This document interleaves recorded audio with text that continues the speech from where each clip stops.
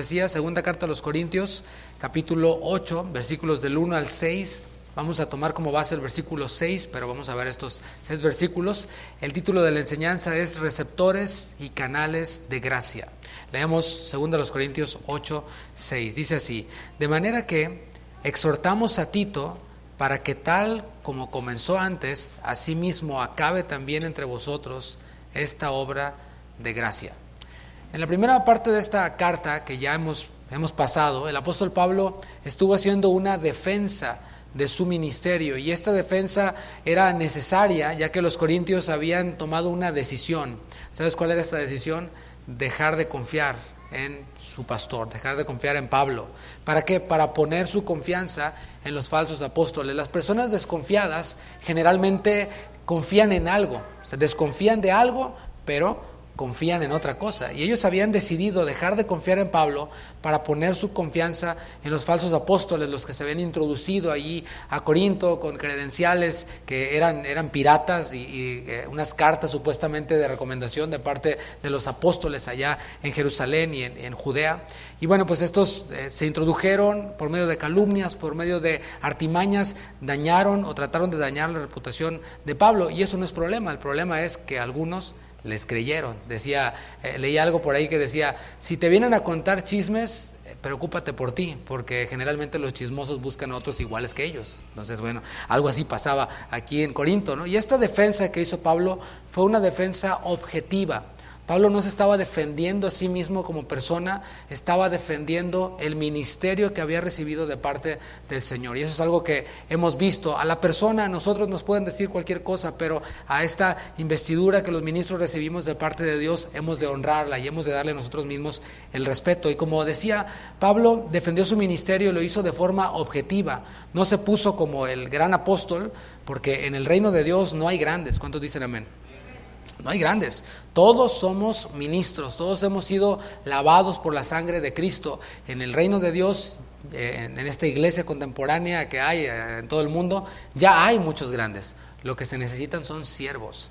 Y así fue como el apóstol Pablo nos colocó a todos, los colocó a ellos, les dijo y nos dice a nosotros: todos somos ministros. Yo soy ministro, pero ustedes también son ministros. ¿Cómo así? Ministros de reconciliación. Estamos comisionados para ser sal de la tierra, para ser luz del mundo. Estas palabras tan conocidas de Jesús, que tienen mucho significado, que tienen una gran profundidad, porque la sal lo que hace es evitar que la carne se descomponga. En tiempos bíblicos no había congeladores, no había refrigeradores, así que ellos conservaban la carne y todo esto con sal para que no se echara a perder, para que no se engusanara.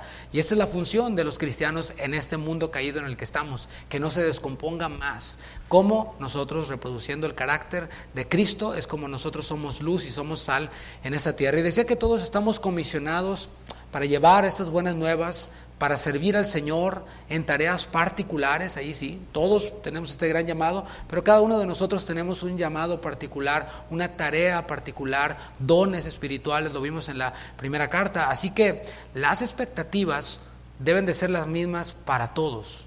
Sí leemos en las cartas pastorales, tanto en Timoteo como en Tito, que dice que los diáconos deben de ser de una forma, marido de una sola mujer, irreprensible, etcétera. Pero eso no quiere decir que los que no son diáconos o no son ministros puedan tener dos mujeres, ¿verdad? O puedan estar excluidos de todas estas expectativas. No se les da licencia a quienes no son ministros para que no sean hospedadores. No. Todos tenemos este mismo llamado y estas mismas expectativas. Así que las expectativas son las mismas para todos. Y Pablo hizo un ruego a los corintios. Este ruego fue: reconcíliense con Dios. ¿Qué tal? ¿Cómo te sentirías si te dicen reconcíliate con Dios? Y tú, pues si no estábamos peleados, ¿no? Y así creemos nosotros, creemos que nuestra relación con Dios es la mejor, cuando nuestra vida en realidad no demuestra eso. Por eso Pablo les dijo: reconcíliense con Dios. Y esto porque solo reconciliados con Dios podemos reconciliarnos genuinamente con otros ministros, podemos reconciliarnos genuinamente con otros creyentes y recuperar esa confianza que se ha perdido. Después de este ruego que hizo el apóstol Pablo, reconcíliense con Dios, hace otro ruego. El ruego fue: recíbanos. Nosotros deseamos su bienestar espiritual. Si hemos visto también que si tú no ves en tu pastor o en un ministro, alguien quien te está discipulando, no ves que tiene el deseo de tu bienestar espiritual, pues huye y cuéntaselo a quien más confianza le tengas. Y ojo, mucho ojo, ¿no? Como decía aquel comercial de los 80s. Pero si sabes que el pastor, que los líderes de la iglesia en donde tú te congregas desean tu bienestar espiritual, bueno, pues escúchalos, atiende y déjate pastorear, déjate guiar, recíbelos, como dijo Pablo, dijo, recíbanos, nosotros deseamos su bienestar espiritual. Hizo también mandamientos, porque esto es parte también de la tarea de un pastor, de la tarea de un ministro para con aquellos a quienes el Señor les ha delegado autoridad, ¿no? Vimos también en la carta de Pedro, del apóstol Pedro, en una de ellas, en donde dice: apacienten, a la grey de Dios que está bajo su cuidado. Hay un rebaño específico al cual los ministros ministramos, y esto incluye hacer prohibiciones y también dar mandamientos. Los mandamientos que Pablo dio fue: no se unan con los incrédulos, no se unan en yugo desigual. Aquellos quienes no se han unido todavía a los incrédulos, a los que no se han aliado con los incrédulos, bueno, no lo hagan, no se alíen. Y para aquellos quienes ya se aliaron, bueno, salgan de ahí, sepárense de ahí, y esto es por su propio bien. Veíamos que Pablo no era beneficiado en nada si ellos se dejaban de unir con los incrédulos, si ellos salían de estas alianzas. Pablo seguía siendo Pablo, y Pablo seguía teniendo este llamado de parte de Dios, y había otras iglesias en donde sí lo valoraban, lo apoyaban, y Pablo seguía allí con este amor pastoral, viendo por el bienestar de esta iglesia en Corinto. Después de esto, la carta dio un giro. Vimos que Pablo estaba como escribiendo sin que él tuviera todavía una respuesta del escrito que les había enviado previamente. Entonces vemos cómo Pablo se encuentra con Tito, y Tito le da las buenas noticias a Pablo de que los corintios se habían arrepentido. Entonces ya Pablo no podía regresar y borrar todo lo que había escrito. Allí soberanamente el Señor lo dejó en su providencia, estos primeros capítulos, pero el hecho es de que Tito le informa a Pablo que los corintios se arrepintieron. Le dice Tito a Pablo: ¿sabes qué? Los corintios te aman, ellos lamentan mucho haberte ofendido, lamentan mucho haberte causado dolor, lamentan mucho haber escuchado las calumnias de los falsos apóstoles y haberles creído, y desean ellos pues retomar la situación, desean ellos que haya una restauración y una reconciliación. ¿Y qué crees que hace Pablo? Obviamente Pablo toma por ciertas las intenciones, las disculpas, las palabras de los corintios. Toda ofensa personal, de hecho, que Pablo hubiera recibido, él dice: yo ya lo he perdonado. Si alguien me ha ofendido, si alguien me ha causado daño, no hay problema. Lo ha hecho a los demás, pero no a mí. Él ya de antemano había perdonado, y esto es un buen principio para nosotros. Desde el momento en el que nos están ofendiendo, desde ese momento ya debemos de estar perdonando. ¿Qué tal? Eso es de otro nivel, ¿verdad? Porque en el mundo es: no, pues que me pida perdón. Y a ver si se arrepintió o no se arrepintió, y te doy 3 días a ver si cambia. No. Desde el momento en que nos están ofendiendo, ya debemos de estar perdonando. ¿En dónde vemos esto? Ahí en esa cruz. Jesús en la cruz decía: Padre, perdónalos porque no saben lo que hacen. ¿Quién estaba pidiendo perdón a Jesús ahí? Nadie. Estaban crucificándole, estaban escarneciéndole, pero Jesús estaba perdonando. Lo mismo hizo Esteban cuando estaba siendo apedreado, el primer mártir de la iglesia. Decía: Padre, no les tomes en cuenta este mal. Este es el principio que debemos de tomar. Y Pablo, por supuesto, él aplicó este principio, y al recibir las disculpas, al recibir estas palabras de arrepentimiento que venían por medio de Tito, pues Pablo las toma por ciertas. Él ya lo había hecho de antemano, había perdonado de antemano. Y la muestra de que Pablo tomó por cierto el arrepentimiento de los corintios es que hizo borrón y cuenta nueva. ¿Se entiende lo que es borrón y cuenta nueva? Cuando está una cuenta de muchas deudas y se borra, ¿no? Qué maravilla. Que de pronto entras a ver el estado de cuenta de tu tarjeta de crédito, y cuando había varios números, de pronto entras y está en ceros. Dices: aleluya, ¿no? Hasta cantas, ¿verdad? Y quiero andar como es digno de ti. Aunque no haya batería, aunque no, así maravilloso, así, cantamos.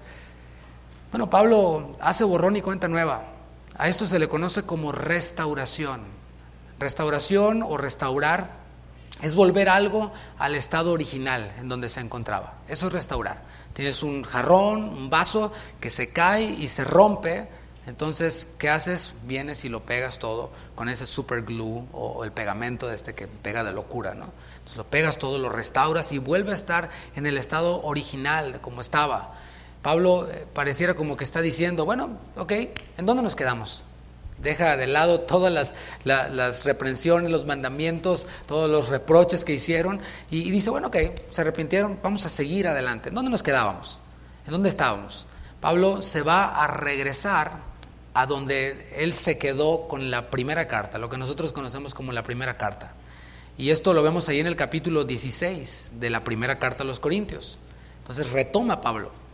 Al final de la carta, Pablo había dado instrucciones sobre una colecta para los santos de Jerusalén. Y leemos primero los Corintios 16 del 1 al 4, aunque ya lo vimos cuando estudiamos la primera carta, pero vamos a regresar, porque Pablo está retomando este tema. Dice primero los Corintios 16, 1, dice, en cuanto a la ofrenda para los santos, haced vosotros también de la manera que ordené en las iglesias de Galacia.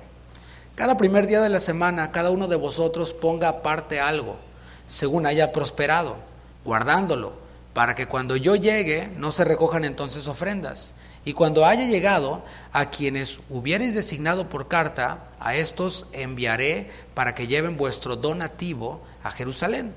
Y si fuera propio que yo también vaya, irán conmigo.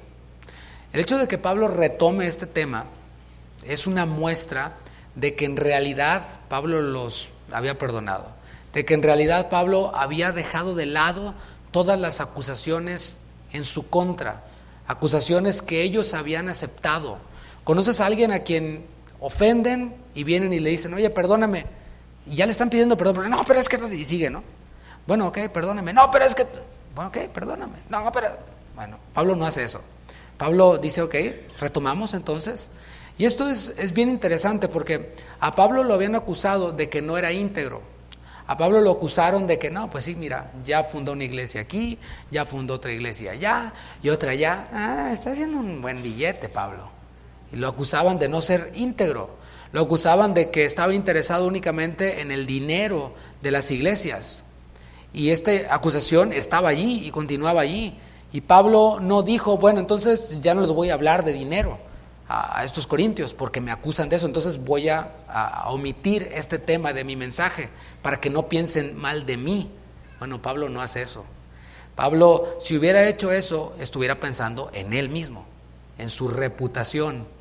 Pero como no había falta de integridad en él, él retoma y además no quería robarles a ellos la bendición y la oportunidad de que ellos fueran canales de bendición a los hermanos en Jerusalén. Por otro lado, la forma en la que los corintios recibieran este tema del dinero, de lo que Pablo está hablando, iba a dejar ver si realmente ellos se habían arrepentido, si realmente ellos habían decidido confiar en Pablo. Entonces tiene varios propósitos y aquí vemos por lo menos dos. Hablar de dinero en la iglesia, mis hermanos, siempre es algo incómodo para todos, para usted, para mí también.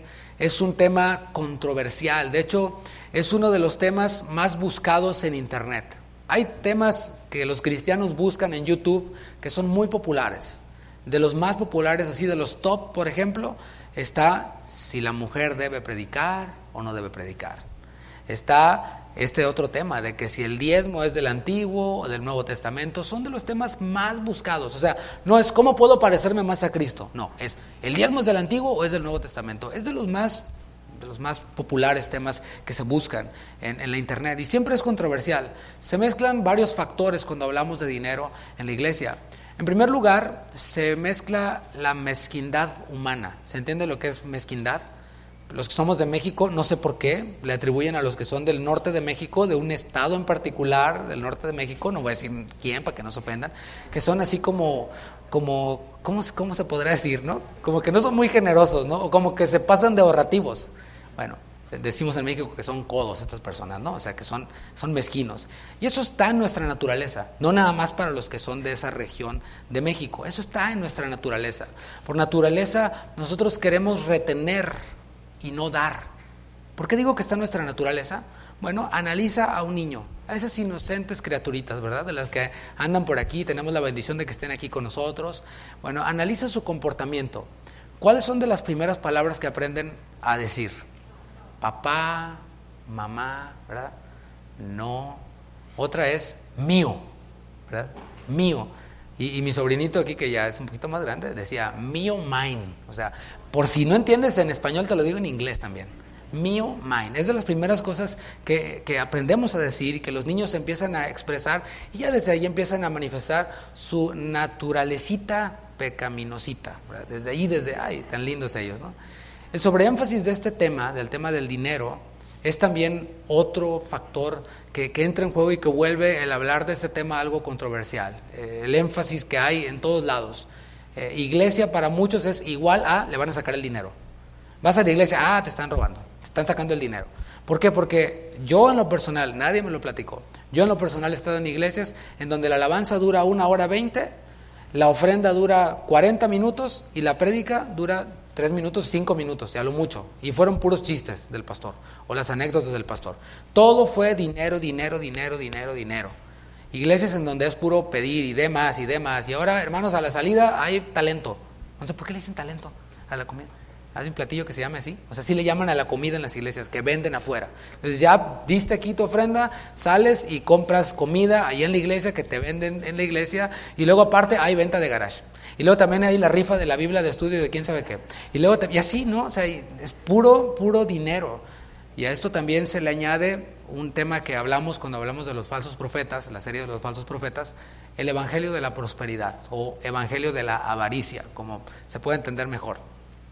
También esto se le añade a todo esto el abuso de líderes religiosos, los cuales ven la iglesia, como decía el apóstol Pablo, como una fuente de ganancia.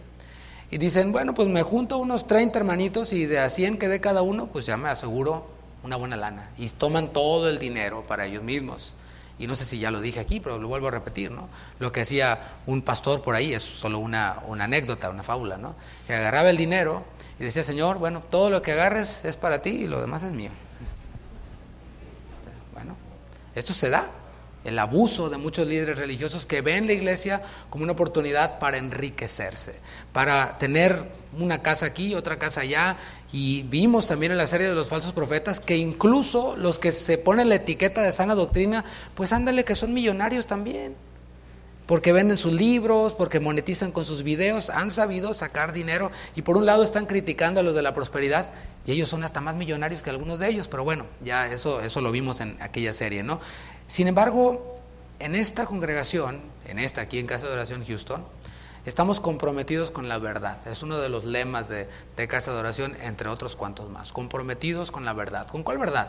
Con la verdad de la palabra de Dios. Estamos comprometidos con anunciar y con predicar todo el consejo de Dios, como dijo el apóstol Pablo en Hechos capítulo 20, versículo 27. Él dijo, yo no he rehuido a anunciaros todo el consejo de Dios. ¿Y qué cree?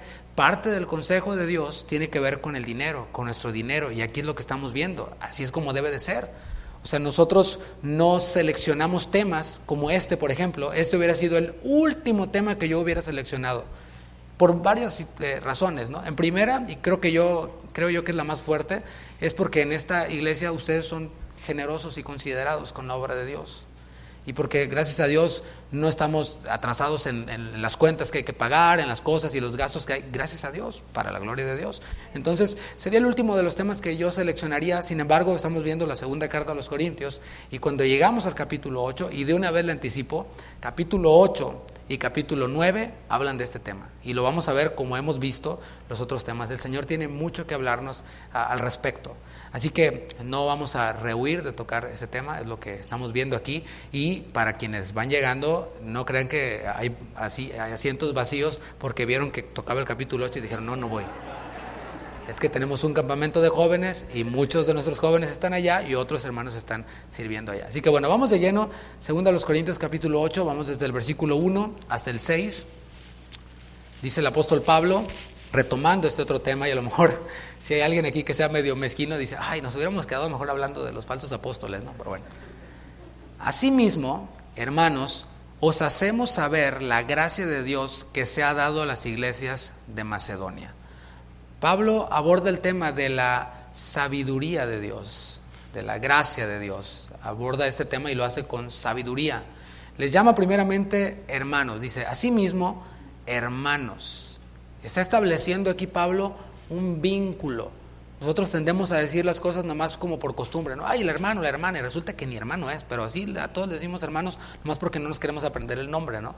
Pero Pablo aquí no utiliza esta palabra o término a la ligera. Él está estableciendo un vínculo que los une y dice: Pablo, yo ya les enseñé que todos somos iguales, todos los hijos de Dios somos iguales, aunque tengamos funciones diferentes, todos somos ministros de reconciliación, y sabes que además somos hermanos, hay un vínculo que nos une, y es que somos hijos de un mismo Padre.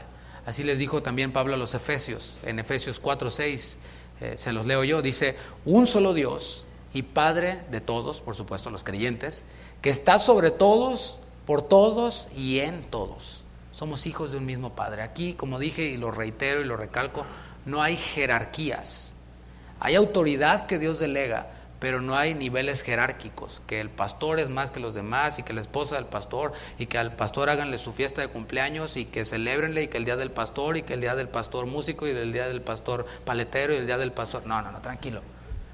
El día que me celebren el cumpleaños a mí, aquí se lo van a tener que celebrar a todos, y ya saben, así que de una vez se los advierto para los nuevos, ¿no? Si estaban pensando por ahí, ¿no? Y Pablo los está incluyendo en un proyecto. El proyecto es informarles, los está incluyendo, cuando él les informa, quiero decir, los está incluyendo en este proyecto. Dice: os hacemos saber. Que dice Pablo, junto con sus colaboradores, les informa: les voy a hacer saber de este proyecto. Y todos, así como todos eran hijos de un mismo Padre, todos eran parte de este proyecto.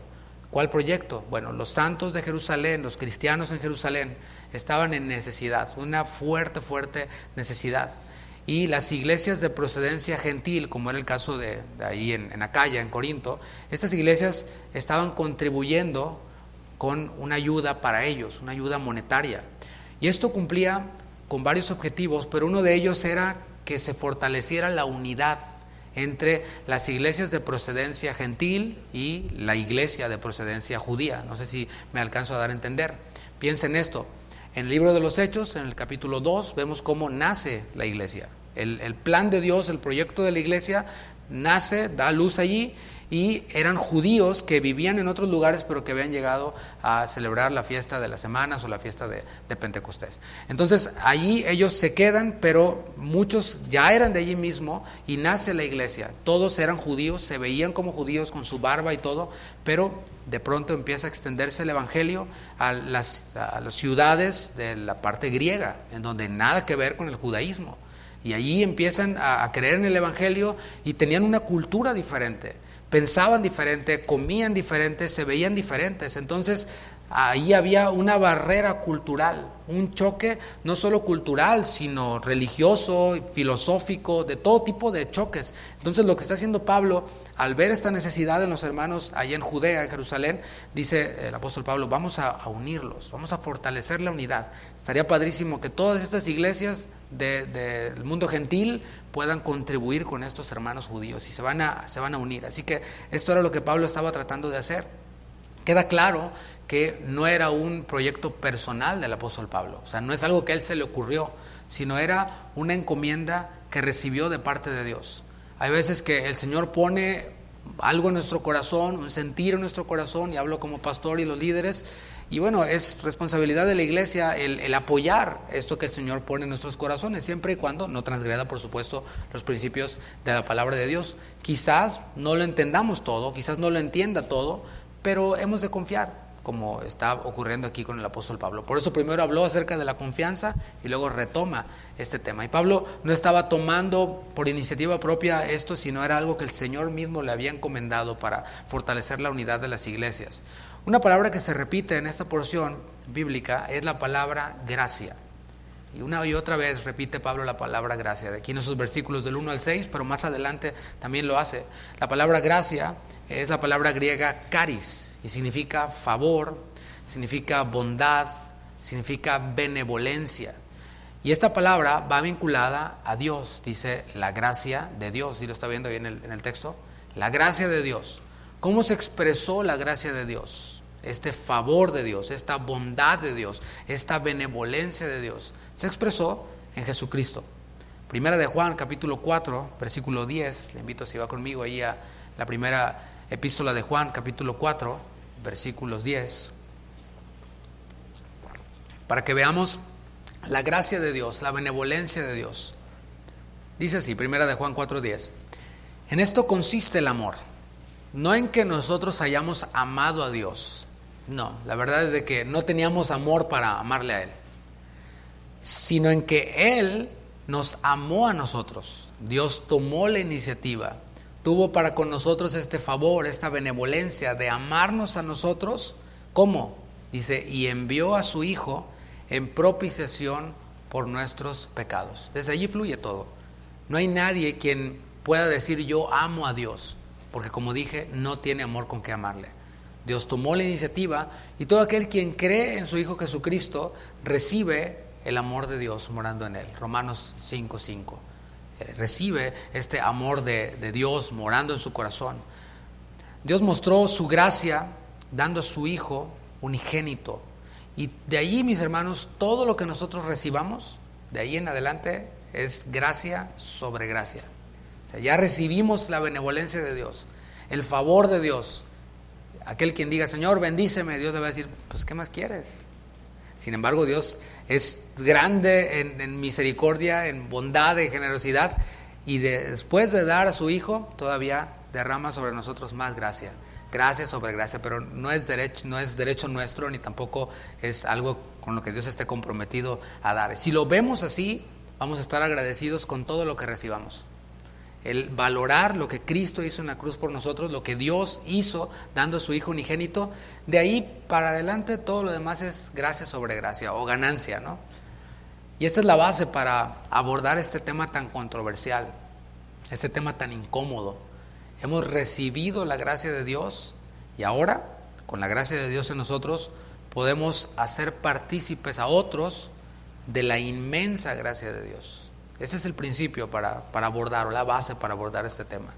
Pablo hace partícipes a los corintios de la situación de las iglesias en Macedonia. Está hablando de otro grupo de iglesias en Macedonia, en relación con este proyecto llamado la ofrenda para los santos. Así le vamos a llamar porque así le llama Pablo. Él les dice a los corintios, miren, así está la cosa con los hermanos de Macedonia en cuanto a este tema. Yo les estoy informando. ¿Dónde quedaba Macedonia? Macedonia es una provincia, o era una provincia romana situada en lo que hoy es la parte norte de Grecia. Esa era la región de Macedonia. Allí se encontraban 3 iglesias conocidas por nosotros, como era la de Tesalónica, la de Berea, la de Filipos. Y en ese tiempo la región de Macedonia estaba pasando por una crisis económica muy, muy fuerte. Por si pensabas que, es que la crisis de ahora, no, siempre ha habido a lo largo de la historia periodos de crisis. Y en ese tiempo, la región de Macedonia, Tesalónica, Filipos, Berea, donde estaban estas iglesias, atravesaban por una situación económica y una crisis muy fuerte. Esto a causa de las guerras que había. Siempre que hay guerras, hay crisis económica. Cuando hay guerras, la gasolina se dispara. ¿Te acuerdas de un periodo pasado, de una administración pasada, en donde hubo guerra y se elevaron los costos de todo, ¿no? También por altos impuestos que había. ¿Dónde ha habido eso? Fíjate, desde entonces ya habían altos impuestos, guerras, y también los romanos, quienes habían llegado a conquistar esa región de Grecia, pues, saqueaban todo lo que podían, se robaban todo lo que podían, así que todos se encontraban en una situación crítica en cuanto a finanzas o economía se refiere. Y es muy probable que Pablo estuviera escribiendo esta carta, segunda a los Corintios, desde Macedonia. Así que lo que Pablo les estaba escribiendo era lo que él mismo estaba viendo. Es inevitable a veces al estar predicando, al estar dirigiéndonos a la iglesia, no mencionar algo que vivimos en el tiempo pasado, algo que acaba de ocurrir. Es como si yo ahora les compartiera algo que vi allá en California, que fuimos bendecidos por nuestros hermanos allá. Fuimos para dar bendición, pero también salimos bendecidos al platicar y al ministrar a otros hermanos. Y es lo que está haciendo Pablo. Está allí en Macedonia y ve lo que ocurre y les comparte, les hace partícipes a los otros hermanos, como para recordarles también, ustedes no son los únicos. Hay otras iglesias también que aman a Dios. Y aunque se trata de una ofrenda especial para los santos de Judea, estos principios que vamos a ver de aquí en adelante los podemos aplicar en todas las áreas de nuestra vida como creyentes, incluyendo nuestras ofrendas en la iglesia local. Estas iglesias en un lugar desfavorecido nos van a enseñar varios principios de generosidad. Vamos a ver el versículo 2 de segunda carta a los Corintios, capítulo 8. Dice que en grande prueba de tribulación, la abundancia de su gozo y su profunda pobreza abundaron en riquezas de su generosidad. Los creyentes de las iglesias allí en Macedonia estaban en grande tribulación. Dice que en grande prueba de tribulación, es grande. Y esto a pesar de ser creyentes. ¿Qué tal? Hay quienes dicen, no, es que yo soy cristiano y siempre tengo que estar en victoria y bendecido y prosperado, y yo a donde llego, todo lo que yo piso, eso es bendecido y prosperado. Tranquilo. Cenaste muchos tacos, compadre. Pero aquí estamos viendo a creyentes fieles. Fíjate, Tesalónica, a quien Pablo les habló de la segunda venida de Cristo y de cuando suena la trompeta. Berea, pues que eran los hermanos quienes escudriñaban las escrituras para ver si lo que Pablo decía esto era así. Y vemos cómo estaba también esta otra iglesia también en Filipos, la iglesia que más apoyó al apóstol Pablo, a quienes Pablo les escribió la carta de gozo y regocíjense en el Señor y todo lo puedo en Cristo que me fortalece. Pues eran hermanos de a de veras, ¿o tú qué crees? Aunque eran hermanos de veras, estaban pasando por crisis. Y esto porque los cristianos estamos en un mundo caído y también somos afectados por lo que pasa a nuestro alrededor.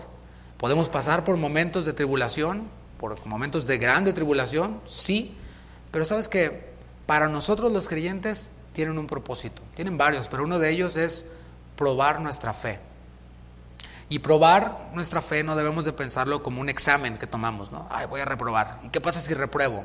¿Puedo irme extraordinario? No. Esta prueba de la fe hay un maestro de la Biblia que me gusta cómo lo ilustra. Dice, se cuenta que hacen un puente, de esos puentes altos, y los prueban. Pero no los prueban para ver si se caen o no, simplemente los prueban para comprobar que están firmes y que están sólidos. Y miren, vean, y pasan los monstruos ahí de vehículos por encima de esos puentes y no se caen. De esto se trata la tribulación para los creyentes, para que nuestra fe sea probada, para que otros vean nuestras buenas obras y glorifiquen a nuestro Padre que está en el cielo, para que vean esto muchos y glorifiquen a Dios y digan cuán grandes cosas ha hecho el Señor con esta persona quien está pasando por momentos de tribulación. Y así le llama Pablo, dice prueba de tribulación. La prueba de parte de Dios no es para destruirnos. Nunca cometas ese error de decir, Señor, ¿por qué a mí? ¿Y que me quieres destruir? No, el Señor no está en eso. La prueba que viene de parte de Dios no es para destruirnos, sino que es una oportunidad para que demos evidencia del poder de Dios que está operando en nuestras vidas. Esa es la oportunidad que nosotros tenemos. A veces decimos, Señor, úsame, quiero ser de bendición para otros. ¿Y qué crees que es el Señor? Ahí te va la prueba. Para que en medio de esa prueba tú respondas y reacciones como cristiano y otros lo vean y digan, wow, mira, este brother le echa ganas, le va mal y sigue glorificando a Dios. Es como Job, que a pesar de todo lo que le pasó, dice, Jehová dio, Jehová quitó, sea el nombre de Jehová bendito, y no le atribuye despropósito a Dios en nada de lo que le ocurre. En este pasaje vemos dos contrastes. El primero es la prueba y el gozo, ¿sí? La tribulación y el gozo. Dice, grande prueba de tribulación, y el contraste es la abundancia de gozo. Fíjate cómo son dos cosas tan opuestas. Cuando la gente que no tiene esperanza pasa por tribulación, ¿qué hace? Se quitan la vida o se hunden en los vicios y se hunden todavía más, le añaden más dolor a su dolor, se quejan, se amargan, etc. Pero aquí estamos viendo que es posible que haya grande tribulación y que haya gozo abundante. Porque para quienes hemos recibido la gracia de Dios, el gozo no depende de las circunstancias. Eso es algo que he estado reiterando últimamente. El gozo para nosotros no depende de las circunstancias, sino de la gracia de Dios en nosotros. De eso depende el gozo. Es un gozo que va de adentro para afuera. De su interior, decía Jesús, correrán ríos de agua viva. Es de adentro para afuera, no de afuera para adentro. Porque cuando mi gozo depende de afuera, pues estamos pero bien tronados. Porque la verdad es de que no siempre nos va de maravilla, no siempre nos va bien. Cuando creímos, nosotros recibimos al Espíritu Santo. No lo recibimos cuando vino el pastor y te impuso las manos. Si tú creíste en Jesús para salvación, recibiste el Espíritu Santo. Automáticamente el Espíritu Santo viene y mora en nosotros. Y con Él vienen los dones. Y con Él viene el fruto del Espíritu. Siendo el fruto del Espíritu, el primero en la lista, ¿sabes cuál es? El gozo. el gozo del Espíritu, es lo que dice Gálatas 5:22. Así que el gozo no lo producen las circunstancias, aunque hay circunstancias que nos producen gozo, pero no las producen las circunstancias, sino el Espíritu Santo que está en nosotros. Y esto explica por qué los cristianos podemos tener gozo en las pruebas, por qué los cristianos podemos tener gozo en la aflicción, en la tribulación. Santiago capítulo 1, versículo 2, dice el medio hermano de Jesús, Santiago, capítulo 1, versículo 2. Y fíjate cómo una vez más se dirige a los hermanos. Dice: hermanos míos, tened por sumo gozo cuando os halléis en diversas pruebas. El que no tiene al Espíritu le diría: ¿estás loco, Santiago? ¿Cómo voy a estar en gozo si estoy en pruebas? No tiene sentido. No, porque las cosas espirituales se han de discernir espiritualmente, por medio del Espíritu. Hay una certeza, versículo 3, sabiendo que la prueba de vuestra fe produce paciencia. Dios tiene un propósito con la prueba de nuestra fe, con las diversas pruebas, con las grandes tribulaciones. Dios tiene un propósito y debemos de estar seguros de eso, que el Señor no hace nada así nada más porque sí, o porque se le escapen de las manos las cosas. Esa situación que estoy viviendo es con un propósito, para la gloria de Dios, sea cual sea la circunstancia. ¿Cuántos dicen amén? El Señor no está pidiendo algo absurdo, no está pidiendo algo imposible. Dios siempre pide cosas que Él mismo va a hacer. Lo que es imposible para los hombres es posible para Dios. Así que cuando Dios nos demanda algo, Dios nos pide algo, es porque sabe que podemos hacerlo a través de Jesucristo. Cristo Jesús sufrió la cruz. Cristo Jesús la sufrió con el gozo puesto delante de Él, es lo que dice Hebreos 12:2. Los creyentes de Macedonia estaban en tribulación, pero dice Pablo que abundaban en gozo. Pablo podía ver el gozo en ellos, podía gozarse juntamente con ellos. Ahí le va una de las experiencias que tuvimos en nuestro viaje. Nos invitó una hermana amablemente a comer a su casa, y entrando en su casa estaba la foto de su esposo, y tenía un versículo que decía: es hermosa la muerte de los santos de Dios, ¿no? Y cuando hablamos con ella, tiene un año que falleció su esposo. Así, el cáncer lo consumió en muy poquito tiempo.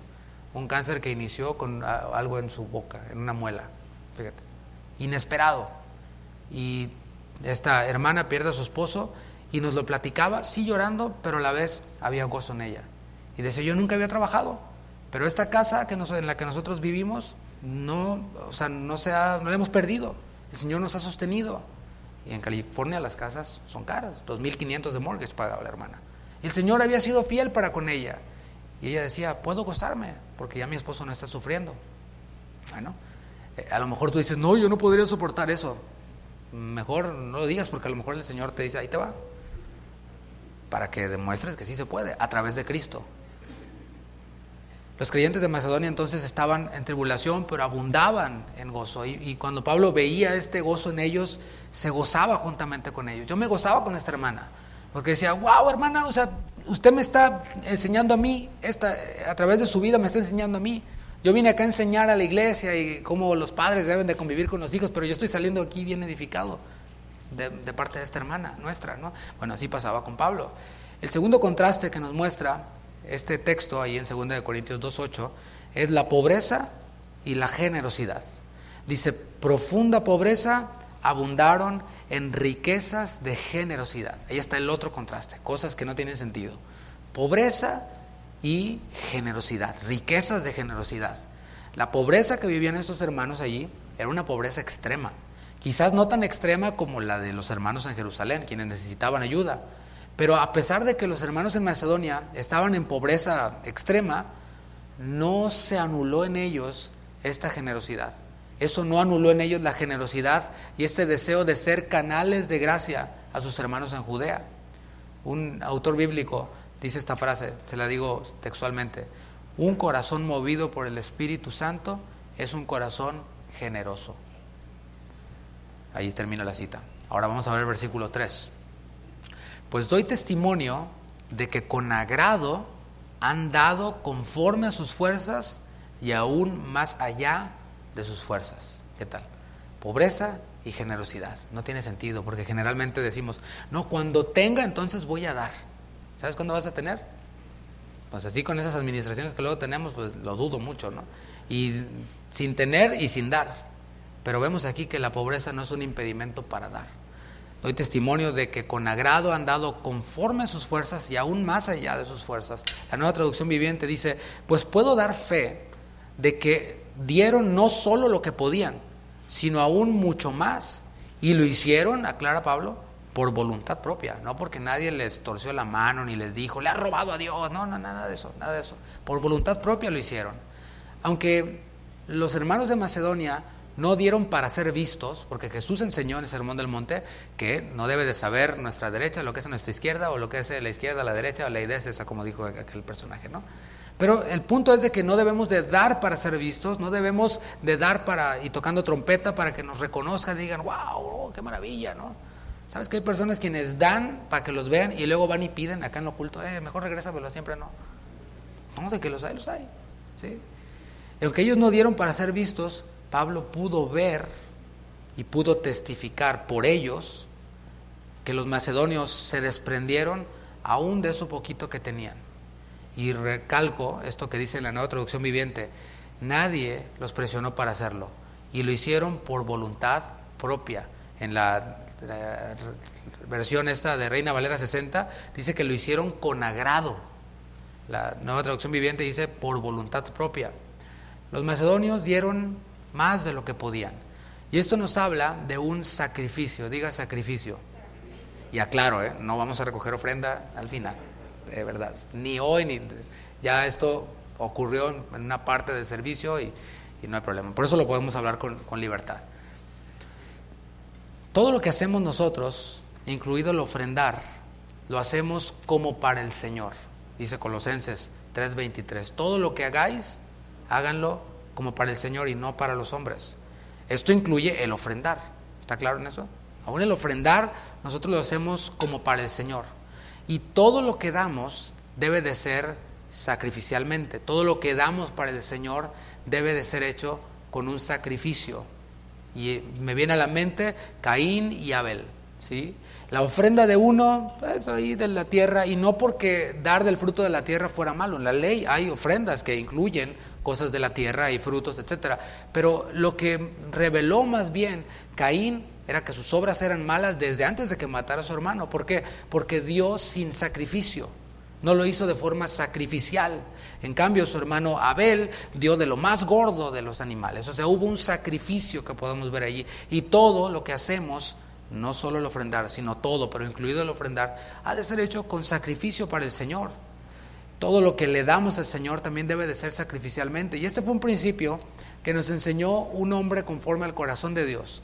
De David podemos hablar muchísimas enseñanzas, y David nos revela que él había entendido este principio que yo te hablé ahorita de Caín y de Abel. Él, cuando recibió la oferta de una tierra para que edificaran el templo de Jehová, allá en 2 de Samuel, él dijo así: no, sino por precio te lo compraré. O sea, Arauna se le estaba ofreciendo de manera gratuita, pero él dice: no, por precio te lo compraré, porque no ofreceré a Jehová mi Dios holocaustos que no me cuesten nada. ¿Qué tal? Entonces David compró la era y los bueyes por 50 siclos de plata. Y hay quienes piensan que la iglesia tiene que ver todo con de a gratis. Más bien es la iglesia a ver qué me dan. ¿Y es que aquí no dan comida? No, pues no, fíjese que no. Bueno, pues me voy allá donde den comida. No le hace que sean los testigos o los mormones, pero donde den algo. Y andan, de verdad, hay personas que toman su teléfono y se van los sábados de lugar a lugar, de iglesia en iglesia, en donde dan comida. Y bueno, que hemos de ayudar a los necesitados, pero no como estrategia para atraer a las personas a la iglesia, porque si no traemos un montón de personas que siempre están pidiendo denme. Y esto no es así, mis hermanos, no es una buena idea hacerlo. Vemos entonces que David dice: lo voy a comprar por precio, porque no ofreceré a Jehová mi Dios holocaustos que no me cuesten nada. Estamos hablando de la ofrenda, pero una pregunta para cada uno de nosotros de aplicación: ¿estamos dándole al Señor en tiempo, en dinero, en muchas otras cosas, en servicio, cosas que nos cuesten, o le damos a Dios de lo que nos sobra? o en lo que podamos evitar la fatiga. No, yo no voy a hablarle de Cristo a esa persona, mejor le mando un telegram o le mando un tratadito, ¿no? No, está bien, dale el tratadito, pero explícale lo que está ahí y háblale el evangelio. Esa es una de las formas en las que a veces nos queremos evitar la fatiga. O le decimos a las personas, vente, te invito a la iglesia. Y nadie se salva por venir a la iglesia, se salva por oír el evangelio. Bueno, ya en la iglesia le van a predicar el evangelio, sí, y si en el camino de allá para acá se muere, ¿qué va a pasar? ¿A quién le va a reclamar el Señor? Porque nos queremos evitar la fatiga. Y eso nomás es uno, pero ya mejor no le sigo para no poner muchas piedras aquí que luego venga usted se las. Hay quienes por mezquindad o guiados por las malas experiencias, como abusos, manipulaciones como las que hablé, niegan que ofrendar sea parte de nuestra adoración. ¿Sí? Hay personas quienes dicen, no, cuando te dicen que ofrendar es parte de tu adoración, te están robando, te están mintiendo. Bueno, hay quienes, yo no quiero ser tan severo con personas así, quiero darles el beneficio de la duda y interpretarlo como que han sido víctimas de abusos. Pero nosotros los creyentes no nos guiamos por las experiencias, malas o buenas, nos guiamos por la palabra de Dios. Amén. Yo he tenido buenas experiencias en la presencia de Dios y no le voy a hablar de cosas que Dios ha tratado conmigo y todo, pero yo no vengo aquí a hablarle de que estuve en un ayuno y el Señor me habló. No, yo no vine a hablarle de eso. Eso es entre Dios y yo.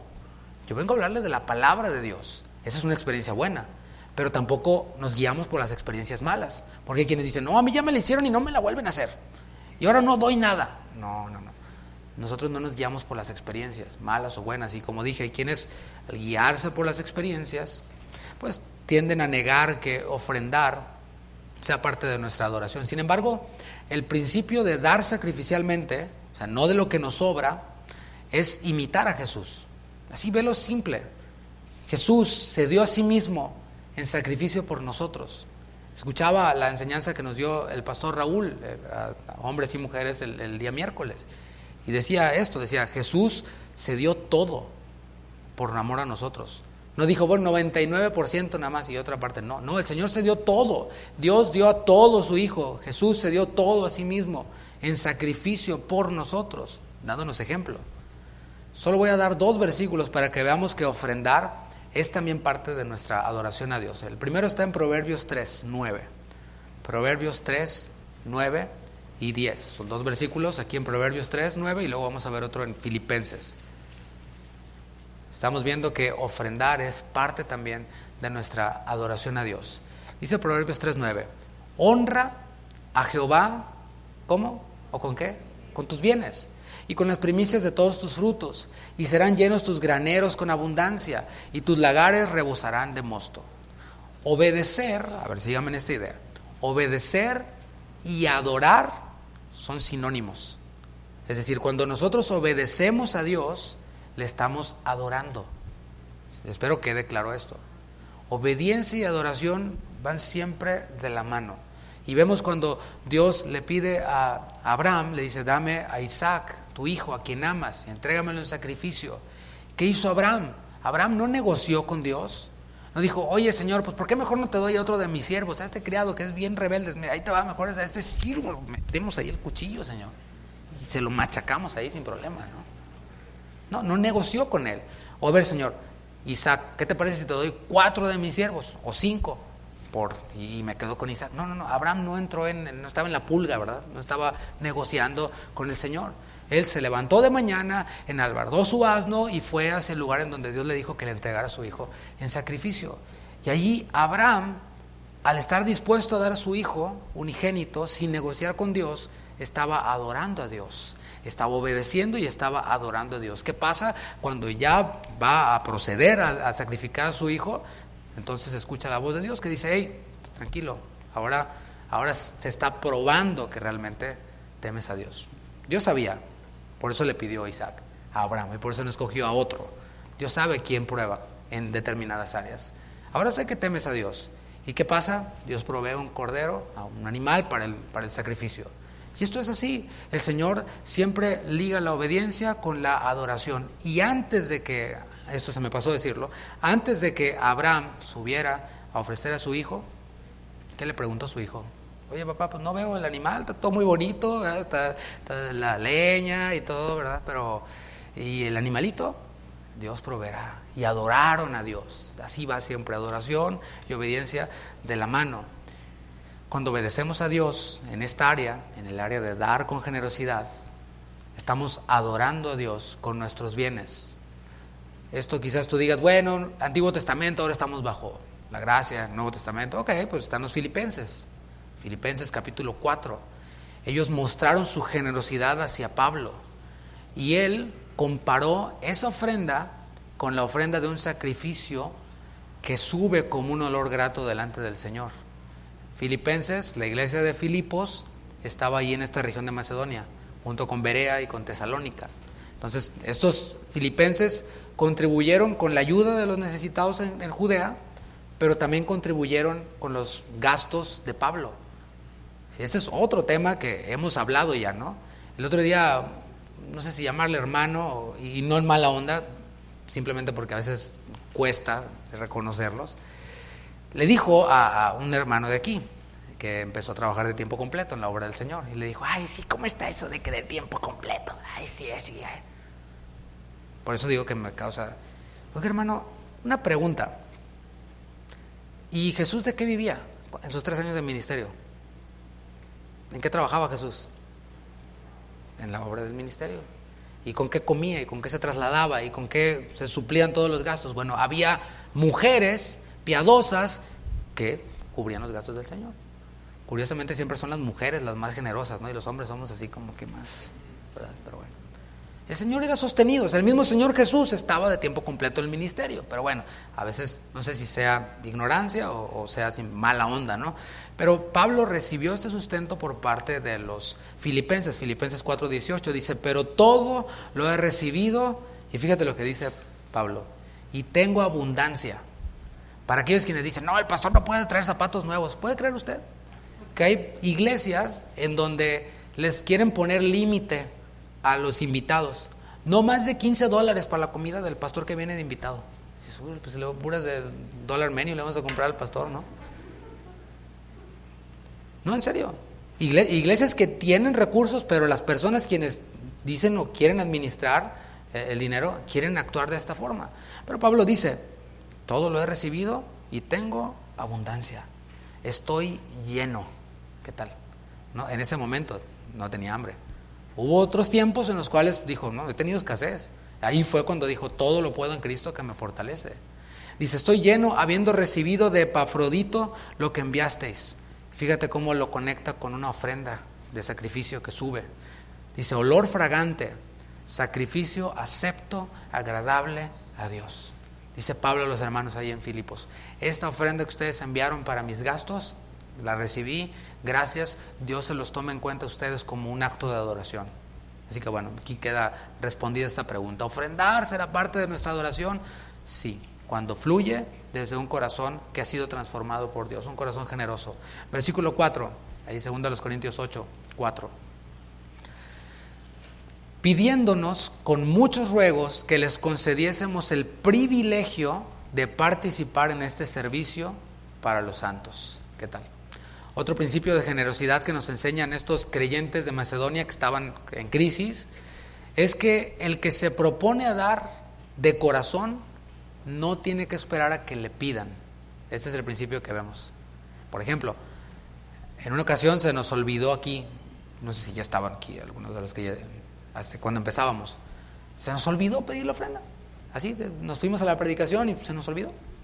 ¿Y qué crees? Hubieron hermanos quienes vinieron. Oiga, pastor, pues ¿dónde está el de ese, de la de esa, para el de ese? ¿Dónde le echamos? ¿Por qué? No, pero si hubo otros que dijeron, nos salvamos. Y, mira, bro, qué bueno que no le echaste porque el Señor no hubiera tomado en cuenta eso. Y debe de ponernos a temblar cuando pensamos en que hay cosas que hacemos o que damos que el Señor no las va a recibir. Es como si se hubieran ido a la basura. ¿Por qué? Porque no vienen de un corazón transformado. Aquel quien se propone a dar de corazón no espera que le pidan. Si falta, por ejemplo, a la reunión por causa de fuerza mayor, no dice, ya me ahorré lo de esta semana. Ay, o sea, ya no se rieron, algunos como que no sé, a lo mejor el Señor les... Si hay alguna necesidad, no es aquel de los que se hacen así como que la Virgen les habla, ¿no? O luego hay el momento de la ofrenda, aquí no pasa eso, a todos les da el seguidillo, ¿verdad? A todos les da ganas de ir al baño y se van, no, bueno, eso no pasa aquí. Aquel quien se propone dar de corazón no espera que le pidan, no espera, sino que más bien está listo, está dispuesto. Los de Macedonia no solo no esperaron a que se les pidiera, sino que le rogaron a Pablo, le rogaron, permítenos participar. Yo creo que Pablo los veía y decía, no, si están bien tronados, están bien necesitados y todavía quieren dar. ¿Saben qué, hermanos? No den. Y ellos dijeron, por favor, Pablo, permítenos participar en esto. A lo mejor él no quería aceptar su ofrenda, pero ellos insistieron. ¿Por qué? Porque tenían el deseo de dar. Por eso nunca va a haber desde aquí que estemos a la hora de recoger la ofrenda y hermanos, ándele y dé, porque le han robado a Dios y que esto y aquello y que Dios lo va a bendecir y que hay talento afuera. No hay necesidad de hacer gracias a Él, ni car wash, ni nada de eso. Es que apelamos al mensaje que predicamos, que hace efecto en los corazones y que transforma las vidas y convierte los corazones y las billeteras. Así que cuando llega la hora de ofrendar, pues cada quien ya dé como propuso en su corazón. Si yo lo manipulo o el que está acá lo manipula, entonces ya no es desde su corazón, ya es como que, uy, ¿cuánto era? Ay, ¿cuánto echaste, viejo? No, te dije que era el de 20, no el de 100. Es el otro a pedirnos a los chinos. Esto porque los macedonios consideraban esto no como una carga. Si tú ves o piensas que dar para la obra de Dios es una carga, mejor guárdatelo. En serio, ve a los chinos, sin problema. Ellos no lo veían como una carga, lo veían como un privilegio. Así se ve, no solo en el ofrendar, sino en el servir, en todo lo que hacemos para el Señor es un privilegio, gracia sobre gracia. El privilegio de tener comunión. Esa es una mejor traducción de la palabra que se tradujo aquí como participar. En el original, en donde dice, nos rogaron el poder participar, esa palabra participar, en el original aparece la palabra koinonía, una palabra que a lo mejor has escuchado. ¿Qué es koinonía? Es comunión. Luego a veces nos sale ese lenguaje bíblico, no, vamos a tener una koinonía con los hermanos, y el nuevo dice, pues quién sabe qué sea eso, ¿no? Bueno, koinonía es comunión, es participar los unos con los otros. Tener comunión unos con otros implica empatizar, es dejar de pensar en mí mismo. Si tú eres de los que cuando estás en un tiempo de koinonía quieres ser el centro de atención, necesitas dejarte transformar por el Señor. Me reuní con tal hermano, ¿y de qué hablaron? No, pues nomás habló el otro, fue puro monólogo. Hablas y hablas y hablas y nunca escuchas. Estás demostrando arrogancia, estás demostrando que hace falta que el Señor trabaje con tu corazón, porque tener comunión es empatizar, escuchar al otro, es estar partícipes de lo que está viviendo la persona, escuchar y escuchar con atención. Es feo eso de que está un grupo de personas y habla uno y todos ponen atención, y luego habla el otro y los demás o uno del grupo se voltea y habla otro y lo deja ahí. Pero cuando él habla sí quiere toda la atención. Bueno, eso es de la carne. Eso es de la carne. Porque tener comunión implica empatizar, dejar de pensar en nosotros mismos para compartir con otros. Y esto es lo que hacemos en la iglesia. No entramos y salimos, ¿verdad? Porque eso sería, ya vine, ya cumplí, ya me voy. No es entramos y salimos, sino que bíblicamente estamos llamados a tener comunión los unos con los otros, a tener koinonía, es decir, interesarnos por la vida de nuestros hermanos para orar por ellos y para ayudarlos si es necesario, porque a lo mejor en la plática te das cuenta de que la persona tiene una necesidad. A veces ya no pasa tanto, por eso, ahorita vas a saber por qué. Vienen y me dicen, oye pastor, ¿qué crees? Que fíjate que platiqué con tal hermano y me dijo que está en una necesidad. Y luego... Pues, ¿qué? ¿No le hacemos una cooperacha aquí? No, el Señor te lo puso a ti, brother. Sí, ¿no? O sea, la pregunta es, bueno, ¿y tú contribuiste? No, pues no, por eso vengo para... No, usted, el Señor se lo puso. A mí el Señor me pone otros. No voy a tocar trompeta, pero apréndete esto. Cuando el Señor te pone esa necesidad, no es para hacer cooperacha entre todos, sino es porque el Señor te lo está poniendo a ti. Hay ocasiones en las cuales nos enteramos entre varios y ya aportamos y vemos que hay más necesidad y se hace una ayuda como esa que está haciendo el apóstol Pablo. Pero generalmente el Señor nos pone cerca de estas situaciones para que seamos canales de gracia a esos hermanos. Así que quédese con esa bendición, es así, reclámela, arrebátela, apropiésela, ¿verdad? El privilegio de servir también. Pablo le llama aquí servicio para los santos. Espero me esté siguiendo ahí en el versículo 4. Le llama koinonía, pero le llama también servicio para los santos. Aquí se utiliza la palabra griega diaconía, en servicio, que se relaciona también con administrar los bienes ajenos. Esto es la palabra diaconía. En la primera carta, capítulo 4, versículo 7, te voy a leer en la traducción lenguaje actual, nos plantea Pablo este principio de que lo que tenemos nosotros no es nuestro. Dice, no hay nada que los haga ustedes más importantes que otros. Tienes una buena casa, tienes un buen auto, tienes ahorros en el banco, bueno, eso no te hace más importante, dice Pablo. Todo lo que tienen, todo, lo han recibido de Dios y todo se lo deben a Él. ¿Por qué presumen como si ustedes solos lo hubieran conseguido? Así que nada de lo que tenemos, sea poco o sea mucho, nada nos pertenece, le pertenece a Dios. Así que nosotros, ¿qué somos? Somos administradores de lo que Dios nos da. Tus hijos, aunque tengan, mira, toda tu carita igualita a ti, y todo tu cuerpo todo idéntico a ti, no son tuyos, son de Dios. Dios te los dio para que administres, para que como saeta en manos del valiente los direcciones y los lances, porque le vas a dar cuentas a Dios de esos preciosos tesoritos que el Señor te ha dado. Allá nadie dijo amén, pero bueno. Nada de lo que tenemos nos pertenece, somos administradores. Los receptores de este servicio, aquí con los corintios, eran los santos, eran hermanos en la fe. Leemos el versículo 5 para ir concluyendo casi. Y no como lo esperábamos, sino que asimismo se dieron primeramente al Señor y luego a nosotros por la voluntad de Dios. Y aquí es en donde está el centro del mensaje. Podemos ver que desde aquí es desde donde fluye la generosidad. Es lo que decía hace un momento. No presionamos, no sobreenfatizamos, no. ¿Por qué? Porque todo debe desde fluir desde la entrega total a Dios. Si nos hemos entregado, como cantábamos, me entrego por completo a ti, sí se canta muy bonito, pero si realmente nos hemos entregado a Dios, estamos diciendo, todo te pertenece, Señor. Todo en mí es tuyo, como dice una canción que compuso aquí nuestro hermano Cristian. Cuando Jesús dio el gran mandamiento, lo hizo en este orden. Número 1, amarás al Señor tu Dios con toda tu alma, con toda tu mente, con todas tus fuerzas. Y luego, número 2, al prójimo. O sea, no se pueden invertir los papeles, porque cuando es al revés, tarde o temprano fracasa el asunto. O esperas que te aplaudan, o te decepcionas porque no te reconocieron, o qué sé yo.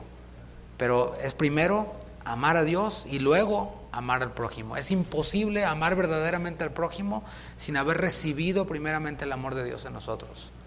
Primera de Juan, capítulo 3, versículo 16. Fíjate cómo lo plantea ahora Juan. Dice, en esto hemos conocido el amor, en que Él puso su vida por nosotros. También nosotros debemos de poner nuestras vidas por los hermanos. Pero si no hemos conocido el amor, no, O sea, en esto hemos conocido el amor. Pero el que tiene bienes de este mundo, fíjate cómo lo vincula, versículo 17. Y ve a su hermano tener necesidad y cierra contra él el corazón, yendo con el pastor a decirle al pastor que le organice una cooperacha, y luego como no lo hace, después se queja, no, aquí no hay amor, ya me voy de esta iglesia. Bueno, cierra contra él su corazón. Pregunta Juan, no yo, ¿cómo mora el amor de Dios en él? Dios se lo puso ahí de pechito para que metiera el gol, ¿no? Y no, cerró su corazón. La generosidad espiritual fluye desde la entrega total al Señor, es lo que estamos viendo. Mira, algunos tienen problema con el tema del diezmo.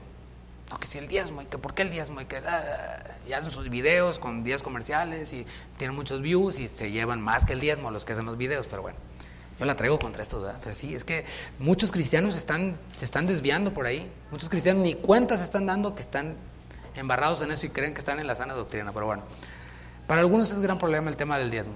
Sin embargo, cuando nos hemos entregado por completo a Dios, como lo estamos viendo aquí, la perspectiva cambia. No es que Dios me está pidiendo el diezmo, si este fuera el caso. Es que Dios me está dejando quedarme con el 90%. ¿Qué tal? Porque todo es de Él. Entonces ya cambia la perspectiva, ¿no?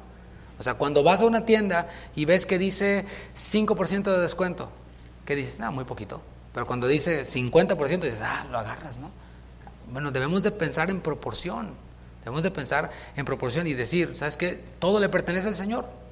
Doy el diezmo, pues es realmente poquito, porque me está dejando quedarme con el 90.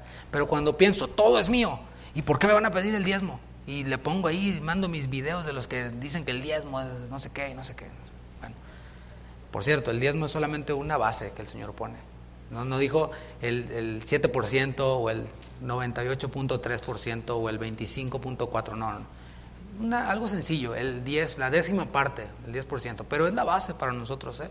Debemos de quedarnos no solamente con la base, porque todo le pertenece al Señor y damos una parte, pero otra la repartimos con otros y otra apoyamos en diferentes situaciones o necesidades que hayan. Los macedonios, como dije, se dieron a sí mismos, primero al Señor, dice, y luego a los santos, pero lo hicieron por voluntad de Dios. Es lo que dice el versículo 5, ¿sí lo viste? Para aquellos quienes preguntan, ¿cuál es la voluntad de Dios para mi vida? Bueno, aquí podemos ver, por voluntad de Dios es que te entregues por completo al Señor, a su obra y a tus hermanos. Esa es la voluntad de Dios. No sé cuál es la voluntad de Dios para mi vida. Ahí está, que te entregues por completo a Él, que te entregues a su obra, en lo que el Señor te ponga a hacer, y que te entregues a tus hermanos. Y ahí no figuro yo para nada, no figuras tú para nada. Es Cristo vive en mí, ya no vivo yo. La porción de hoy concluye con la mención de Tito en el versículo 6. Dice, de manera que exhortamos a Tito para que tal como comenzó antes, así mismo acabe entre vosotros esta obra de gracia. Y aquí hay un principio muy bueno para nosotros, y que estamos viendo cómo Pablo no era de los que comienzan las cosas y no las terminan. ¿Sabe? Aquí me confieso con usted. Yo tiendo a ser de esas personas que comienzan las cosas y no las terminan, en mi carne. Cuando yo veo mi vida antes de Cristo, así era yo. Empezaba y no lo acababa, y dejaba todo a medias. Pero cuando el Señor nos transforma, viene esta convicción a nosotros de, ¿sabes qué? Lo que empezamos hay que terminarlo. Lo que empezamos hay que hacerlo y hacerlo bien. Y hay veces que está esa lucha en la carne, de cuando estoy haciendo algo, ya cuando estoy completando el 90% digo, no, ya ahí está el 90%. No, todo, el Señor nos trae convicción, todo y bien hecho, en todas las áreas de nuestra vida. Sed santos en toda vuestra manera de vivir, dice la palabra, ¿no? Así que por esto que vemos aquí es que Pablo está exhortando a Tito, quien había sido comisionado para llevar la carta dolorosa que produjo el arrepentimiento de los corintios, para que ahora recibiera otra comisión, la comisión de poner manos a la obra en la continuación de este proyecto llamado Ofrenda para los Santos. ¿Cómo ves a Tito? Era entrón Tito, ¿no? Se aventaba tareas difíciles. Y esto representaba ya, hablando de sacrificio, un sacrificio para el mismo Tito. Si Tito hubiera sido como cualquier cristiano carnalón, así medio sancochado, como muchos que andan por ahí, hubiera dicho Tito a Pablo, a ver Pablo, espérate, no abuses de mí. O sea, yo voluntariamente, yo de voluntario aquí te ayudo. Y primero me mandas con los corintios para que les lleve escrito que por poco y me linchan, ¿no? Y me hubieran linchado. Y ahora me mandas a colectar dinero. No, en serio me estás mandando a la guerra, ¿no? De plano, en la primera línea de batalla, ¿no? Tito estaba dispuesto a sacrificarse para eso o para lo que fuera. Representaba para él un sacrificio. Y este proyecto, dice Pablo, era una obra de gracia. Es decir, era una oportunidad para manifestar que habían ellos recibido la gracia de Dios. ¿Cómo? Siendo canales de gracia a sus hermanos de la fe. Así que para concluir, siempre tenemos oportunidades, siempre tenemos esta oportunidad frente a nosotros de ser canales de gracia para nuestros hermanos. Ya sea dando para la obra de Dios en nuestra iglesia local, ¿sí? Esto lo incluye muchas otras cosas. Por ejemplo, le pongo un ejemplo aquí local, y qué bueno que estamos nomás poquitos y que se cortó la transmisión. No se ha cortado. Este evento que estamos ahora mismo llevando a cabo en simultáneo, o sea, aquí estamos nosotros y en simultáneo están a 1.5 horas de aquí los jóvenes en un campamento que costó una buena lana. Hay quienes, que ¿por qué cobran y por qué venden el evangelio? No entiendes, el evangelio no se está vendiendo. Pero la comida que se comen, el pasar una noche en un lugar como estos, tiene un costo. Sí, yo sé que aquí no tengo que dar explicaciones, pero lo menciono. ¿Por qué? Porque esta es una oportunidad para ser un poquito más conscientes y decir, bueno, de lo que pongo voy a poner un poquito más, porque sé que hay gastos que se generan, porque sé que los predicadores que vienen, pues también se consumen gastos, se consumen hotel, se consumen comidas, etcétera. Y hemos de ser generosos. Ya aprendimos en la primera carta cómo hemos de atender a los ministros. Y ahí le va otra anécdota que vivimos allá. Cuando llegamos a Fontana con el pastor Guillermo, entramos al hotel en el cual nos reservaron y nos hospedaron, y nos encontramos con una canasta de este tamaño, así. Un globo que decía welcome, así, y una canasta de este tamaño llena de plátanos, de manzanas, bueno, no sé si nos vio con unos kilos de más y nos quería poner a dieta el pastor. Y barritas y Gatorades y aguas minerales, y dijo, ¿y esto es para todo el congreso? ¿Para todos los hermanos que van a ir al congreso? ¿O qué? Una atención maravillosa. Y yo cuando veo eso, hablo con los líderes después y les digo, tenemos que aprender a atender mejor o cada vez mejor a quienes nos visitan. Pablo dijo, tengan por doble honra a los que les enseñan la palabra. Atiéndanlos, cubran sus necesidades. Eso de $15 por platillo es algo tan mezquino que no te puedes ni imaginar, ¿no? ¿Y por qué en este hotel? ¿Y por qué no mejor en el otro donde hay narcos ahí, hay balaceras y todo, ¿no? Es más barato. Oye, ¿en serio? Tenemos siempre esta oportunidad frente a nosotros. Y solamente le di una idea, por ejemplo, ¿no? Aunque todos los eventos que tenemos están dentro de un presupuesto y está todo organizado, pero bueno es que seamos conscientes y considerados y digamos, ¿sabes qué? Aquí se puede aportar un poquito más, o por qué no, y comprarle un regalito al pastor que viene, no sé, no quiero dar muchas ideas, pero es una bendición y es una oportunidad. Otra oportunidad es dar para las misiones. Esta semana que pasó tuvimos una reunión con el pastor Chuy Olivares y los pastores de aquí de Estados Unidos, por vía Zoom. Y estaba el pastor Rogelio, que está aquí también con nosotros. Y algo que llamó mucho mi atención, y fíjate, ahora mismo yo estoy atendiendo a una directriz que nos dio el pastor Chuy en esta junta que tuvimos. Y era, háblenles a sus congregantes acerca de las misiones, acerca de que Casa de Oración es una red de iglesias que creen las misiones. Y uno de esos misioneros a los que digo yo, porque el pastor también diezma, por cierto. ¿En serio? Sí, el pastor también diezma. Bueno, nosotros quienes contribuimos somos parte de las misiones de Casa de Oración. Uno de ellos usted lo conoce, un pastor que está como de este tamaño hasta acá, que estuvo predicando este miércoles y el miércoles pasado, el pastor Raúl Borboa, en Londres. Ellos fueron enviados por Casa de Oración de México a Londres a predicar el evangelio. ¿Qué tal? Y sabes quiénes nosotros somos parte de esta bendición de que ellos estén allá. Y Londres es una ciudad muy cara. Y las contribuciones que usted da, que nosotros damos, nosotros enviamos una parte a Casa de Oración USA para que ellos puedan subsistir. Y ellos les mandan un gran abrazo y lo agradecen y quieren que sean parte ustedes, que entren en las transmisiones y que vean y que digan, yo soy parte de eso, soy canal de gracia hacia eso. Y esto es solo una oportunidad para que sepamos, ¿no? Para que dimensionemos hasta dónde este sacrificio que hay en nosotros puede bendecir a otros. Y los hermanos allá en Londres, hermanos de Ecuador, de Colombia, muchos hermanos de Latinoamérica que están allá, se lo agradecen a usted, nos lo agradecen a nosotros y por supuesto a Dios. Tenemos siempre esa oportunidad frente a nosotros de ayudar a algún hermano en necesidad, sobre todo en este tiempo, en algún otro país donde quizás no hay las oportunidades que hay aquí, qué sé yo, pero siempre si estamos con el radar, las antenas listas para ser canales de gracia, el Señor va a poner oportunidades para nosotros. ¿Cuántos dicen amén? Estas oportunidades hay que tomarlas, ¿verdad?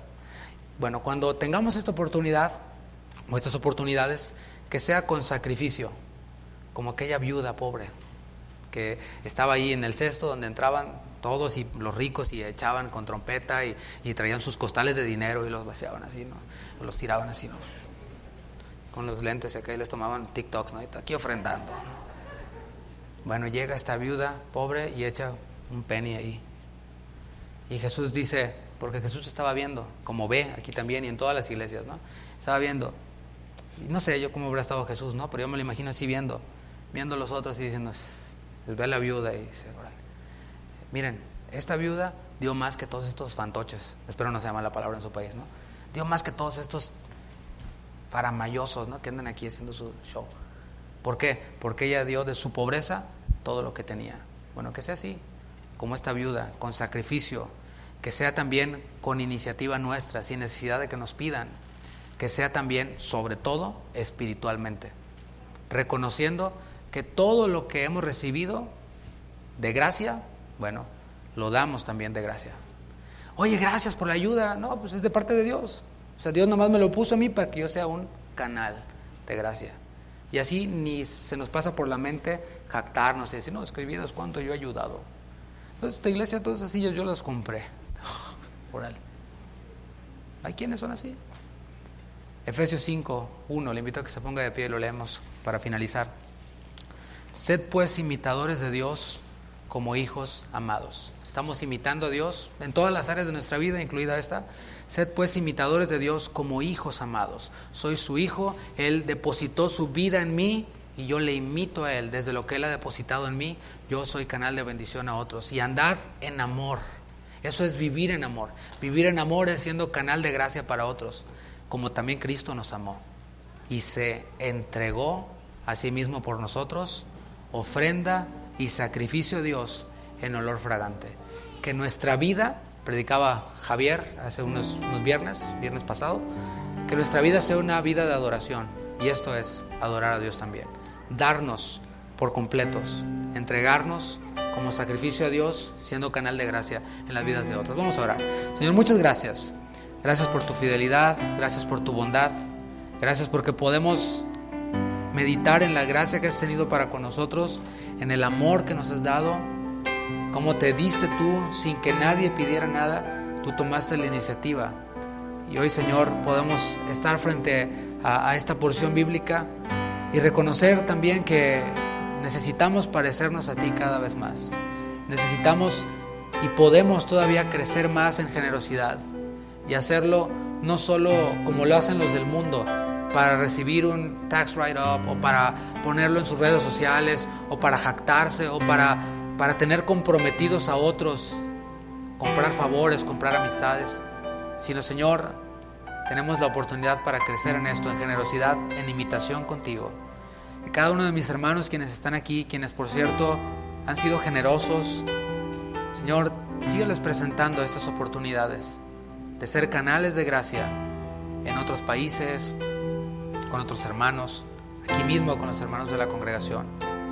Que así sea, Señor, te lo agradecemos y te damos también gracias por este campamento que se está llevando a cabo.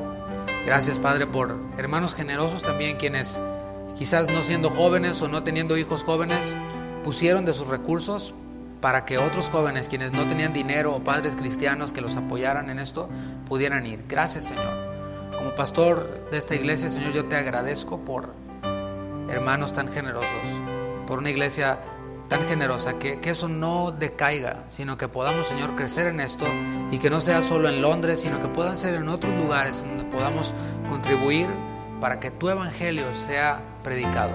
Más que poner despensas en algún lugar y gastar recursos de esa forma, queremos, Señor, poner despensas en las mesas de misioneros y de predicadores que siembren la semilla en otros lados. Que así sea, Señor, en el nombre de Jesús. Gracias, Padre. Amén. Amén. Mis hermanos, que el Señor les bendiga, que tengan una feliz noche.